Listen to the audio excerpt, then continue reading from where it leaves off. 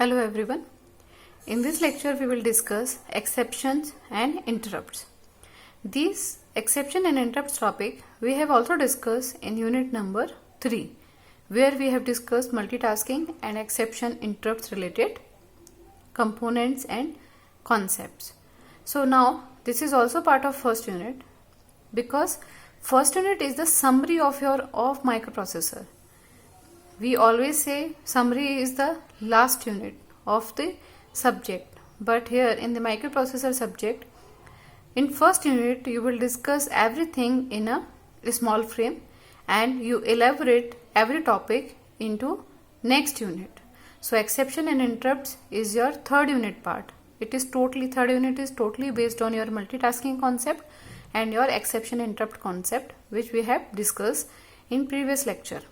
But now we will discuss again the summary part of your exception and interrupts. So interrupts and exceptions are a special kind of control transfer. They work somewhat like unprogrammed call. Exception and interrupts means when you are doing something and some process interrupt you. Some process try to stop the current execution. Whatever execution you are doing, whatever process you are doing, or whatever work you are doing, if some unwanted process want to stop you, that is interrupt.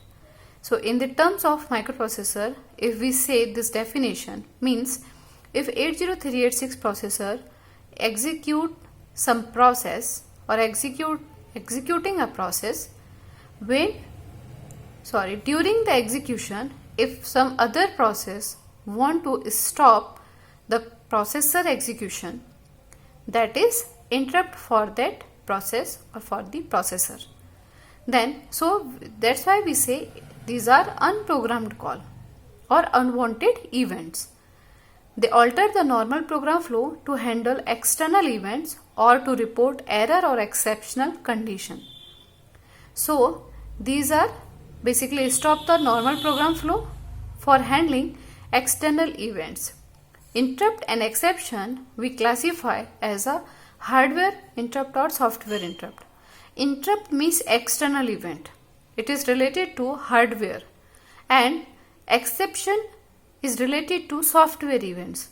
When you are executing process, during the execution of the process, if some error occurred, so this error basically treated like a exception.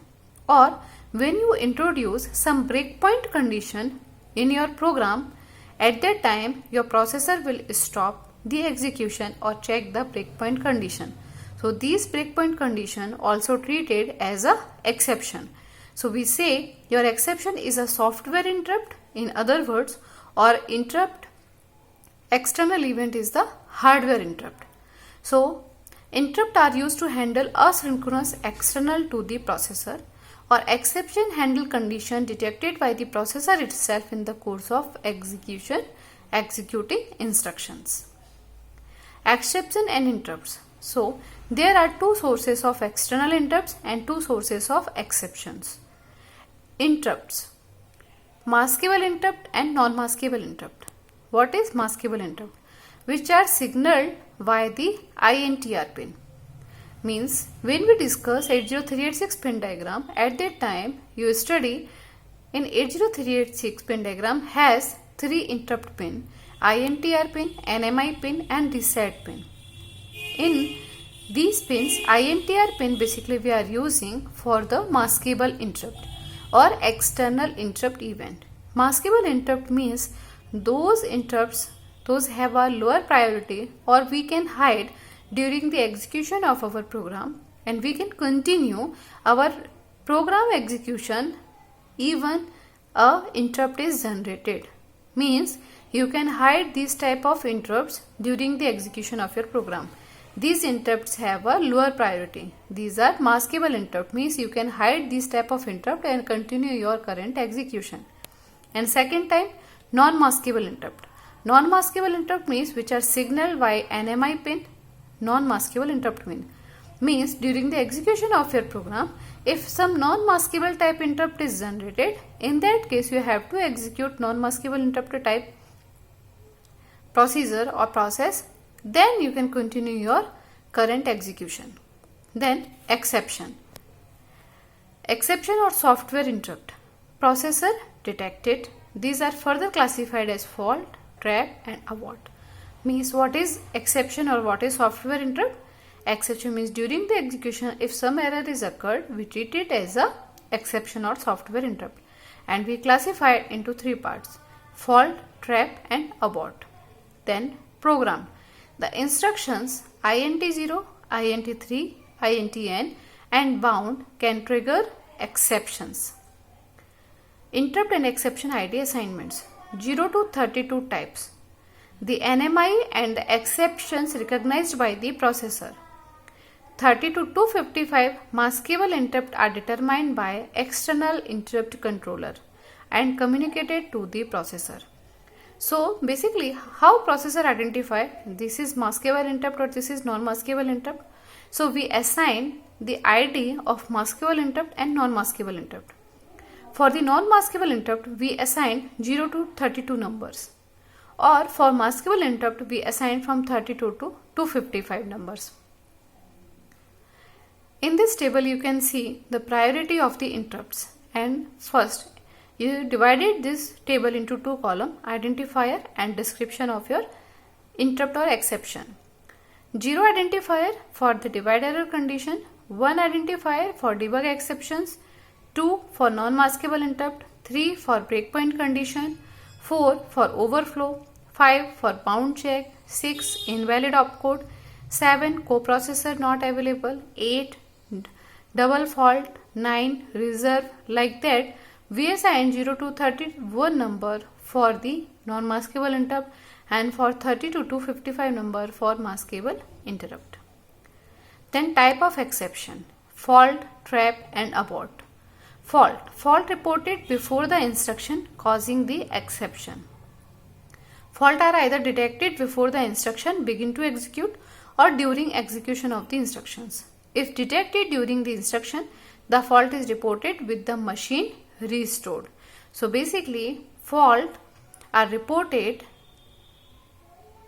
before the instruction begin to execute or during the execution. Trap is reported at the instruction boundary immediately after the instruction is being in which the exception was detected.